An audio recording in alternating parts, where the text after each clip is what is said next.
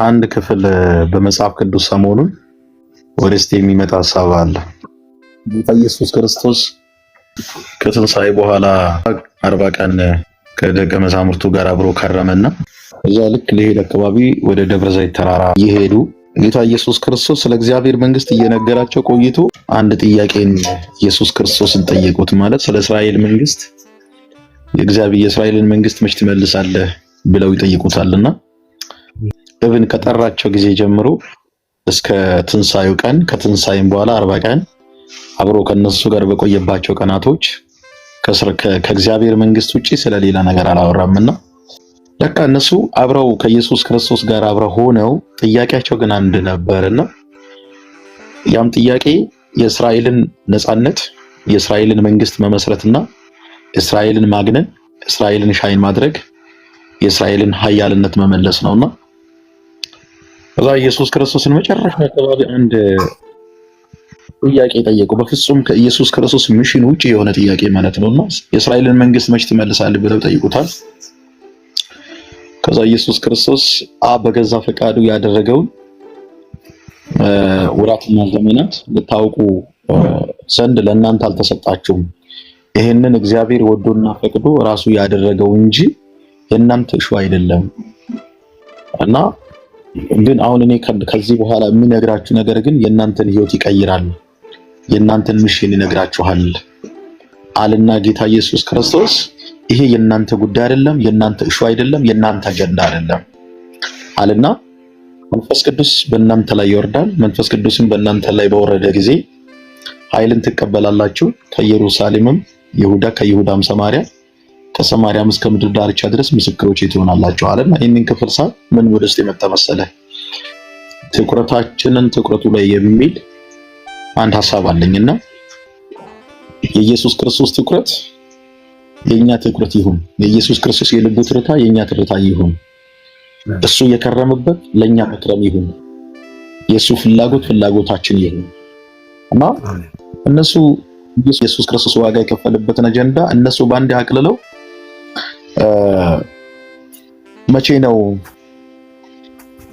ነው እስራኤልን መንግስት የምትመልሰው ብለው በጣም ትንሽ ነገር ምክንያቱም ባውንደሪ ሰሩ እነሱ ሊሚት አድርገው ማለት ነው። ማለት እስራኤል ማለት አንድ አገር ነው፣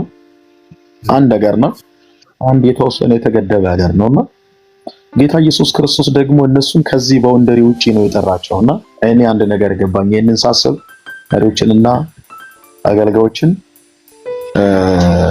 በዚህ ሐሳብ አድሬስ ማድረግ ፈልጋለሁ። ምክንያቱም እግዚአብሔር እኛን ሲጠራ ድንበር የለውም፣ ዘር የለውም፣ ቋንቋ ዘለል ነው። የአገልጋይ ጥሪ ድንበር ዘለል ነው፣ ብሔር ዘለል ነው እና እነሱ ለካ ይሄን ያይሉ ኢየሱስ ክርስቶስ ሲለፋ 3 ዓመት ተኩል ከክርስቶስ ጋር ሆነው ጥያቄያቸው አንድ ነው። እሱ ይሄን ሲያደርግ ይሄንን አገልግሎት ሲያገለግል ሲለፋ ሞቶም ሲነሳ አጀንዳቸው አንድ ነው። ከመሞቱም በፊት አጀንዳቸው አንድ ነው። ሞቶም አጀንዳቸው አንድ ነው። ሞቶ ተነስቶም አጀንዳቸው አንድ ነው። ሊሄድ አካባቢ ጨነቃቸው፣ ተናነቃቸው በጣም ማለት እንዴ ኢየሱስ ክርስቶስ እኮ ከኛ ተለይቶ ሊሄድ ነውና ለምን አንጠይቅም? በቀን ጠይቀው አሉና ቆይ ማለት የእስራኤልን መንግስት ቆይ መቼ ነው የምትመልሰው? ይሄንን አብ እግዚአብሔር ወዶና ፈቅዶ በራሱ ጊዜ ያደረገውን ወራትንና ዘመናትን እናንተ ልታውቁ ለእናንተ አልተሰጣችሁም። ለእናንተ የተሰጣችሁን አጀንዳ ነግራችኋለሁ አለ ጌታ ኢየሱስ። ለእናንተ የተሰጣችሁ አጀንዳ የእስራኤልን መንግስት ማስመለስ አይደለም፣ የእስራኤልን ወሰን ማስመለስ አይደለም፣ የእስራኤልን መንግስትም መመስረት አይደለም፣ ስለ እስራኤልም መከራከር አይደለም። አሁን ስለ ሌላ መንግስት ነግራችኋለሁ አለ። ስለ እስራኤል መንግስት ሳይሆን ስለ ሰማይንና ምድርን ስለፈጠረው ስለ እግዚአብሔር መንግስት ነግራችኋለሁ አለ። ከዛ በኋላ እንደዚህ አለ፣ ይሄ ደግሞ የሚሆነው አለ አሁን እኔ እሄዳለሁ፣ ከእናንተ ከሆነ ደቂቃ በኋላ ተለይቼ እሄዳለሁ። እናንተን ሚሽን የሚቀይር አጀንዳችሁን የሚያስቀይር የእግዚአብሔርን አጀንዳ የምነግራችሁ የእግዚአብሔር መንፈስ በእናንተ ላይ ይወርዳል አለ። በዚያን ጊዜ አሁን እናንተ ስለ አንድ እስራኤል ነው የምታወሩት አለ። እውነት ነው። ለምሳሌ ያሉበት እስራኤል ከተማ ነው፣ እስራኤል ዙሪያ ነው፣ በእስራኤል ወረዳ ነው፣ በእስራኤል አገር ነው። መንፈስ ቅዱስ በእናንተ ላይ በወረደ ጊዜ ኃይልን ትቀበላላችሁ። ከዛ በኋላ የምትጀምሩት ከኢየሩሳሌም ነው አለ። ከኢየሩሳሌም ይሁዳ ትሄዳላችሁ አለ። ከይሁዳ ሰማርያ፣ ሰማርያም ይሁዳ፣ ኢየሩሳሌምም የእስራኤል አገር ነው፣ የእስራኤል ከተሞች ናቸው። ልክ ከዛ በኋላ መጨረሻ ሲያወራ ግን እንደዚህ አለ፣ ኢየሩሳሌም፣ ይሁዳ፣ ሰማርያ አለና ከዛ ደግሞ እስከ ምድር ዳርቻ አለ።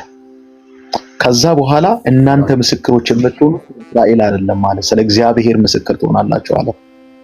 ይሄ አሁን እንግዲህ ዛሬ ማለት እያገለገሉ ክርስቶስንም እየተከተሉ ደቀ መዛሙርት ሆነው እንኳን ሌላ አጀንዳ ይዘው ለሚራመዱ ሰዎች ምን ያስፈልጋቸዋል? የመንፈስ ቅዱስ ግዴታ ነው። መንፈስ ቅዱስ ሲወርድ ባውንደሪን ይሰብራል። መንፈስ ቅዱስ ሲወርድ ድንበር ይሰብራል። መንፈስ ቅዱስ ሲወርድ ጎሳነትን ያጠፋል። መንፈስ ቅዱስ ሲወርድ እውነተኛ ስብዕናን ይከትማል። እዚህ ጋር እስራኤሌ፣ ዘሬ፣ ጎሳዬ፣ ይሁዳ ምናምን አትልም። የእግዚአብሔር የመንፈስ ቅዱስ ሲወርድ ለአንዱ ጌታ ሰማይንና ምድርን ስለፈጠረው ስለ እግዚአብሔር መስካሪ ትሆናል። ልክ ይህንን ከነገራቸው በኋላ ከሆነ ጊዜ በኋላ ኢየሱስ ክርስቶስ ተለይቷቸው ሄደ። 10 ቀን ብቻ ነው ኢየሩሳሌም የቆዩት። ከዛ በኋላ ሊቋቋሙት የማይችሉት መንፈስ ቅዱስ በላያቸው ላይ ወረደ።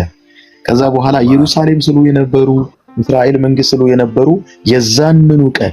የዛንኑ ቀን በሚገርም ሁኔታ የዛንኑ ቀን ስለ እግዚአብሔር መንግስት መናገር ጀመረና ፒተር በሚገርም ሁኔታ በዛ በነበረው ባለ 50ው ቀን በዓል ላይ ስለ እግዚአብሔር መንግስት መመስረት ጀመሩ። እንደ ትላንትና ስለ እስራኤል መንግስት ይጠይቁ የነበሩት ነው። ምን ያህል መንፈስ ቅዱስ ፓወርፉል መሆኑን የምታውቀው 360 ዲግሪ የሰዎችን ህይወት መቀየር እንደሚችል የምታውቀው መንፈስ ቅዱስ በአንድ ቀን ነው። ከ10 ቀን በኋላ የወረደው መንፈስ የዛንኑ ቀን ነው ሳይውል ሳያድር ለብዙ ከአሕዛብ ሀገሮች ከአረብ ከተለያዩ ሀገሮች ስለመጡት በዓልን ለማክበር ለመጡ ሰዎች ይሄንን ባውንደሪ ሊሚት የተደረጉበትን አጥርና ያንን ድንበር አፍርሰው ስለ ኢየሱስ ክርስቶስ መመስከር ጀመሩ። እኔ የታየኝ በዚህ ስፍራ ምን ያህል ሆሊ ስፒሪት ምን ያህል የመንፈስ ቅዱስ መውረድ ወሳኝ እንደሆነ ገባኝ። ስለዚህ ቤተክርስቲያን ከባውንደሪ የምትወጣው፣ ቤተክርስቲያን ካጠረችበት አጥር የምትወጣው፣ ቤተክርስቲያን ከተገደበችበት ግድብ ውስጥ የምትወጣው መንፈስ ቅዱስ ነው ብዬ ነው የማስበው። ስለዚህ መንፈስ ቅዱስ ምን ያህል ጠቃሚ ኢቭን ከጌታ ከኢየሱስ ክርስቶስ ጋር ሆነው አብረው የሱ ዲሳይፕልሺፕ ሆነው ውስጣቸው ላይ የነበረው ጩኸት እስራኤልን መንግስት በጣም ጥቂት ናቸው። እስራኤል አሁን ራይት ነው እንኳን እስራኤል 10 ሚሊዮን ህዝብ አይሞላ፣ በጣም ጥቂት ናቸው። ግን እንደዚህም ሆነው ግን ስለ እስራኤል መንግስት ነው በጣም የሚጨነቁት። ኢየሱስ አይሁዳዊ እንደሆነ ያውቃሉና እነሱ እንደውም በጣም ብዙ ሰዎች ኢየሱስ ክርስቶስን የሆነ መንገደኛ ሊያደርጉ ጥረው ነበር። ታስታውስ እንደሆነ በዮሐንስ ወንጌል ምዕራፍ 6 ላይ ኢየሱስ ክርስቶስ 2 ዓሣንና 5 ገብስን እንጀራ በባረከበት ስፍራ መጽሐፍ ቅዱስ ሲናገር ይህንን 2 ዓሣንና 5 የገብስን እንጀራ የበሉ ሰዎች ኢየሱስ ክርስቶስን ሊያነግሱት ፈለጉ ይላል። የነሱ ኮንቴክስት አነገሱ ማለት የአንድ የእስራኤል መንግስት ወይም ደግሞ የሆነ ግዛት መንግስት መንደር መሪ ሊያደርጉ